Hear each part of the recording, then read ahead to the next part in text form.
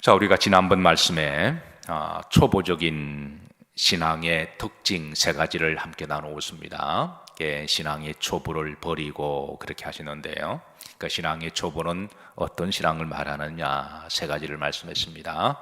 첫 번째로는 어린아이 신앙이다. 어린아이 신앙이다. 어린아이가 자주 넘어지고 자주 삐지고 자주 시험 당하듯이, 그래서 믿음 생활에 이제 그런 어린아이 신앙에 이제 벗어버리고 그렇게 말씀하셨고, 두 번째는 율법적인 신앙에서 벗어나야 함을.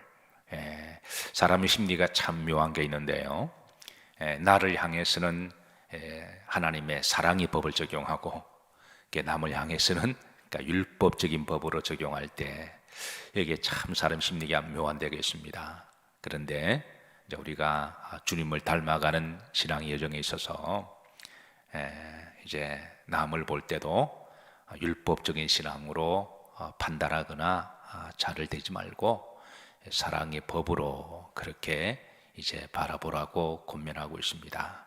사랑하는 성도 여러분, 오늘도 주님의 사랑의 법으로 주변을 바라보시고 또 성도 간의 사랑의 교제가 있으시기를 주의 이름으로 축복합니다.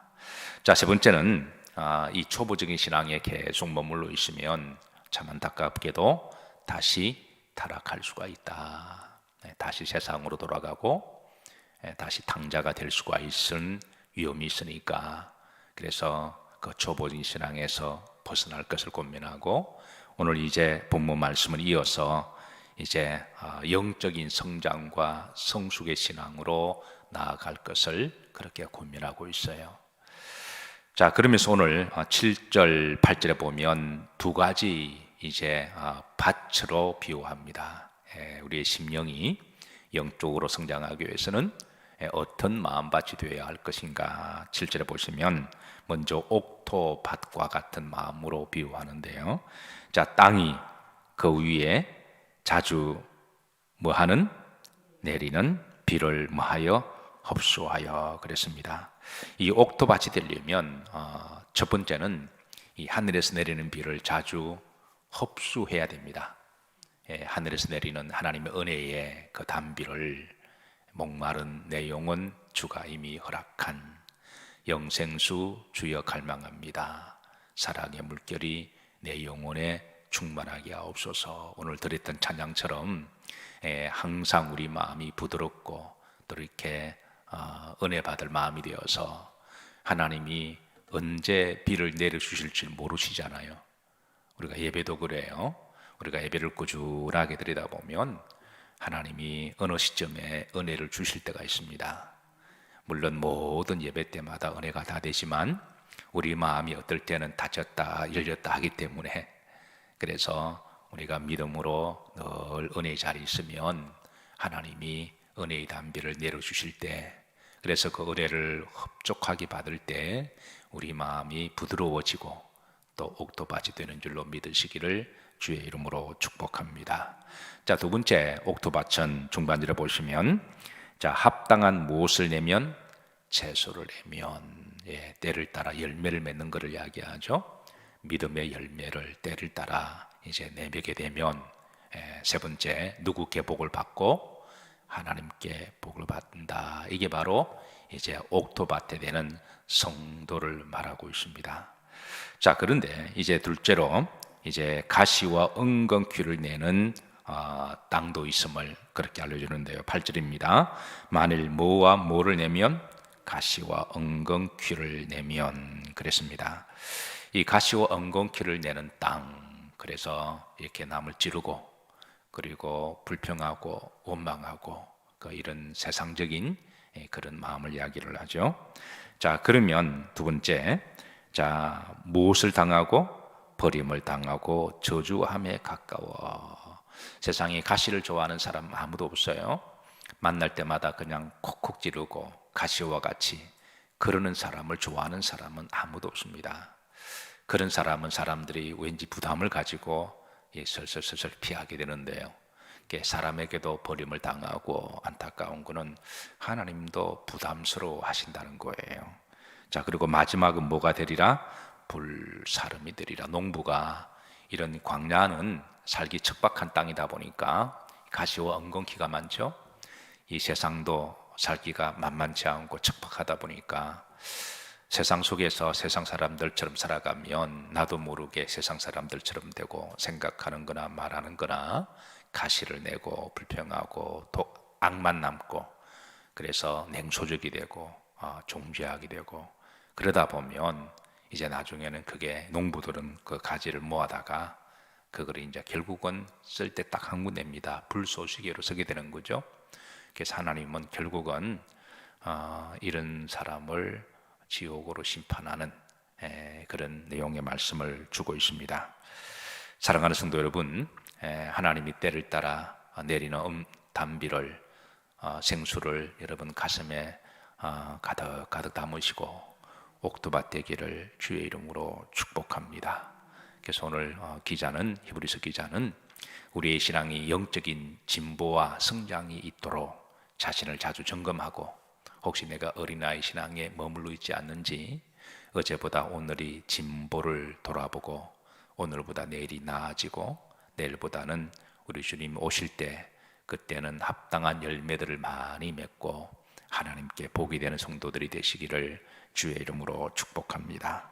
자, 이어서 9절 말씀으로 인도합니다. 합독합니다. 사랑하는 자들아, 우리가 이같이 말하나 너희에게는 이보다 더 좋은 것 곧 구원에 속한 것이 있음을 확신하노라. 오늘 본문 말씀은 우리들의 마음이 옥토밭 되는 것, 결국은 사실은 하나님께 복이 되지만 가장 그 복을 혜택을 받는 건 우리 자신이죠. 지난주에 우리 교회는 아닙니다만은 어느 분으로부터 기도 제목을 받았습니다. 나이가 60이 가까우시는 분인데 파킨슨병에 걸리셨다는 거예요. 그래서 우리가 파킨슨병은 알잖아요. 그래서 이제 병원에 가서 여러 이제 수사를 받았는데 그 파킨슨병도 그것도 이제 그게 악질이 있고 조금 순질이 있다고 이야기하더군요. 근데 악질에 딱 걸리게 되면 이제 몸이 점점 굳어가서 나중에는 뭐 큰 고통을 이게 서서히 그렇게 하니까 얼마나 힘들겠어요. 근데 다행히 이제 순둥이를 만나서 도파민이라고 하는 약으로 잘 처방을 하면 더 이상 이렇게 진행되는 거는 좀 막을 수가 있다라고 이야기를 하고 그래서 대화를 하다가 요즘 뭐 병이 생기면 유전입니까? 많이 물어보잖아요. 유전인가 물어보니까 그렇진 않다 그러더라고요. 나이 60 정도 40 넘어서 생기는 그런 이제 병들은 유전보다도 후천적인 경우가 많다라고 이야기합니다. 그래서 원인 중에 하나가 스트레스를 너무 많이 받아서 그렇다고 이제 병원에서 진단을 했다는 거죠. 스트레스 조사를 쭉 하니까 스트레스가 너무 많이 받아서 그래서 이제 그분이 하시는 말씀이 목사님 스트레스 받지 마세요 그러더라고요. 자기는 누가 보더라도 스트레스를 많이 받고 살았다고 이야기를 하더군요. 근데 여러분 세상에 스트레스 받지 않고 살 사람이 있을까요? 여기에서 우리가 자유할 사람 아무도 없습니다. 사실 설교를 준비하고 전하는 것 자체도 사실 엄청난 영적인 스트레스거든요.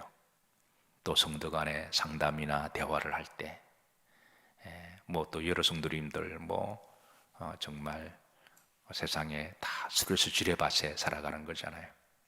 문제는 이 스트레스를 해소하는 게 중요하다는 거예요.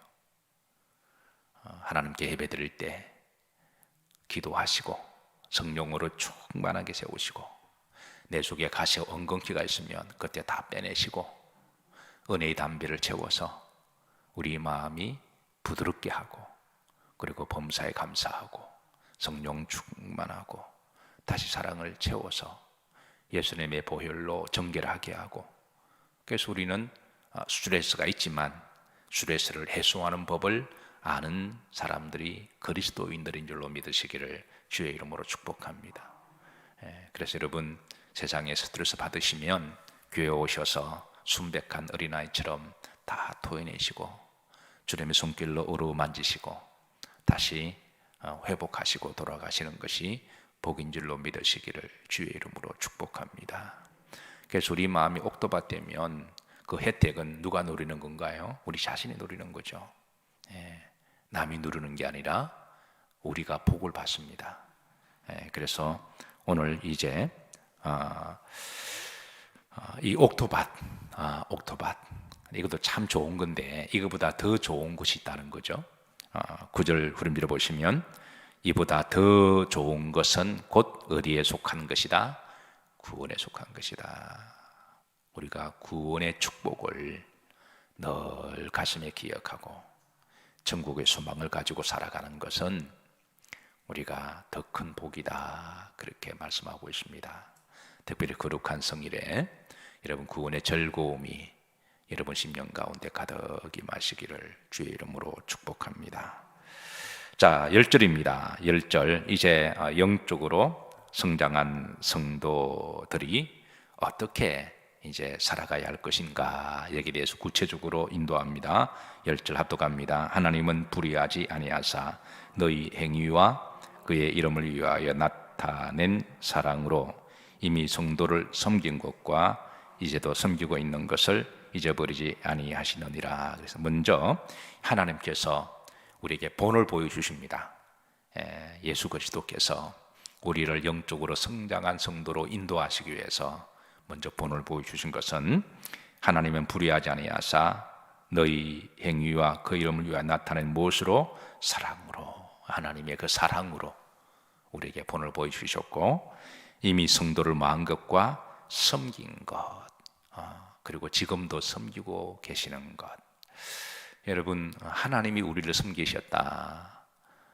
여러분 직장생활 하시는데 회장이, 오너가 말단에 그 직원을 이렇게 잘 섬겨주면 그건 정말 감동이잖아요.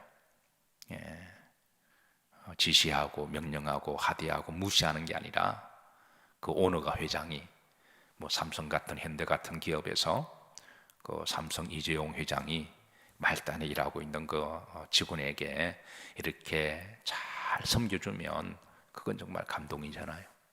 하나님이 우리를 섬기고 계셨다. 예수 그리스도의 모습으로 오셔서 우리를 섬겨주시고, 그러니까 지금도 섬기고 있는 것을 잊어버리지 아니하시느니라. 그러니까 지금도 우리를 사랑하시고 섬겨주시는 것. 높은 자가 낮은 자를 섬겨줄 때, 낮은 자가 높은 자를 섬기는 것, 월급받고 섬기는 것은 그건 마땅히 해야 될 일이죠. 그런데 높은 자가 낮은 자를 섬겨주는 것, 그건 참으로 복된 일입니다.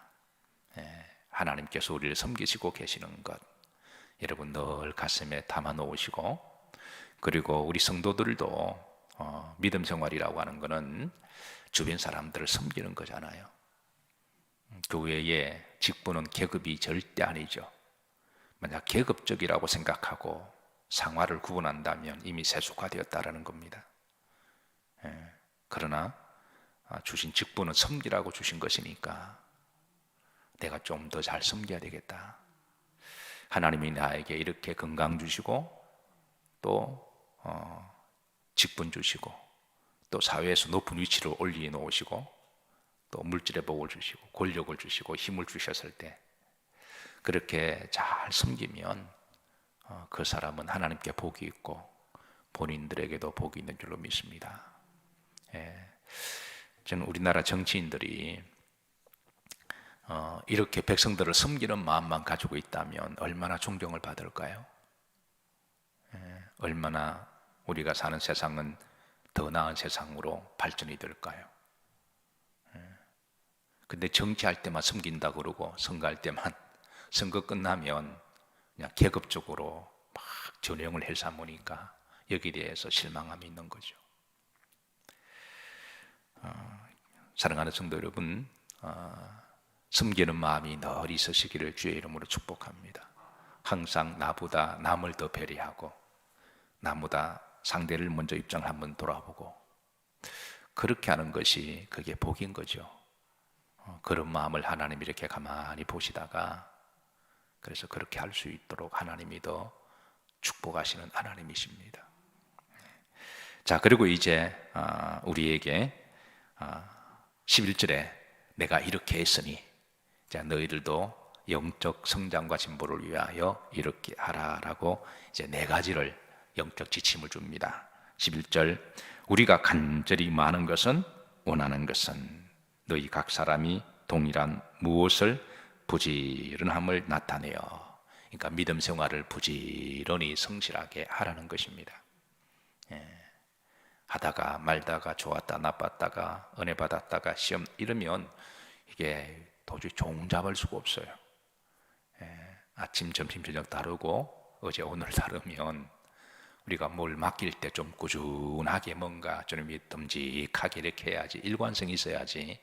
뭘 이렇게 평가를 해서 뭘 맡기지, 이렇게 했다가 안 했다가 좋았다가 나빴다가 일기가 다르듯이 그렇게 하면 이게 주인 입장에서는 뭔가 좀 프로젝트를 좀 맡길 만하게 좀 안심이 안 되는 거죠. 우리가 믿음 생활도 냄비 신앙이 아니라 좀 꾸준하게 묵직하게 하다 보면 그게 나중에 이제 크레딧이 되고 나중에는 하나님께서 귀하게 쓰실 줄로 믿으시기를 주의 이름으로 축복합니다. 자, 두 번째 보시면 오래 참음으로 말미암아 그랬습니다. 믿음은 결국은 인내하는 거죠. 끝까지 이기는 자, 인내하는 자가 승리할 것이다. 오래 참음으로 말미암아. 세 번째, 약속들을 무엇으로 받는? 기업으로 받는 자들입니다. 믿음이 없이는 하나님을 기쁘시게 하지 못하나니 하나님께서 살아계심과 자기를 찾는 자들에게 상 주시는 이심을 믿어야 할지니라. 네 번째 마지막입니다. 못 받는 자 되게 하려는 것이라 본받는 자, 본받는 자. 우리가 신앙생활을 하면서 주변에 신앙의 롤 모델이 있다고 하는 것은 축복입니다. 평신도 때에 그게 롤 모델이 집사님이 되든 또 집사님이 되어서 군사님이 되든 또 군사님이 되어서 장로님이 되든, 그래서 누군가의 롤 모델이 된다고 하는 건 그 참 좋은 일이죠. 근데 이것보다 더 좋은 거는 내가 누군가의 롤 모델이 되는 것. 누군가가 나를 보고 나도 저런 분처럼 되었으면 좋겠다. 이 목사들이 모이면 몇 가지 나누는 대화들이 있습니다. 목사의 복은 뭐냐? 살아생전에 성전 건축 한번 해보는 것. 이 땅에 주의 종으로 와서 하나님의 전을 한번 건축해 보는 것. 이게 여러분 잘 모르시겠습니다만은 여러분들 평생 손에 여러분 이름으로 집 하나 가지는 거잖아요. 그게 나쁜 거는 아닙니다. 이 땅에 살면서 내 이름으로 집 한 채 가지는 것, 그건 뭐 욕심도 아니고 그건 누구나 이해할 수 있는 소박한 꿈이죠. 근데 목사들에게 있어서는 우선순위는 하나님의 집을 한번 건축해 보는 겁니다. 근데 건축은 그냥 하는 게 아니라 목숨을 걸고 하는 거거든요. 그리고 하나님 허락하셔야 되고, 그리고 그 중에 또 하나는요, 목사를 보고 누군가가 나도 저분처럼 목사님이 됐으면 좋겠다라고 해서 목사가 되는 그런 경우입니다. 마찬가지로 아마 여러분들도 여러분을 보고 누군가가 나도 저분처럼 믿으면 좋겠다. 여러분 그렇게 되면 여러분 믿음 생활 승리하신 거예요. 내가 본받는 롤모델이 있다고 하는 것도 축복이지만 누군가가 나를 보고 나도 저분처럼 믿으면 좋겠다. 자, 여러분 묻습니다. 속으로 대답하세요.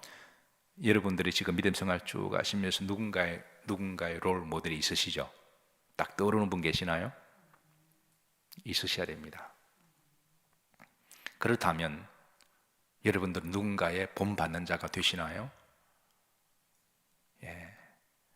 그렇게 되시기를 주의 이름으로 축복합니다. 말씀을 마칩니다. 오늘 본문 말씀은 우리가 초보적 신앙에 머물러 있지 말고 나무가 자라고 식물이 자라듯 우리 신앙도 점점점 자라서 영적으로 성장회로의 진보가 나아가기를 내가 간절히 원하는 것은 하시면서 우리는 자주 우리가 걸어온 길을 되돌아보고 어제보다 오늘이, 작년보다 올해가, 올해보다는 내년이, 이렇게 우리가 믿음의 성장의 기대와 소망을 가지고 그렇게 하심으로 하나님 앞에 잘했다 칭찬받으시고 또 여러분을 보는 주변에 많은 사람들이 본받는 성도들이 많이 나오기를 주의 이름으로 기도하고 축복합니다.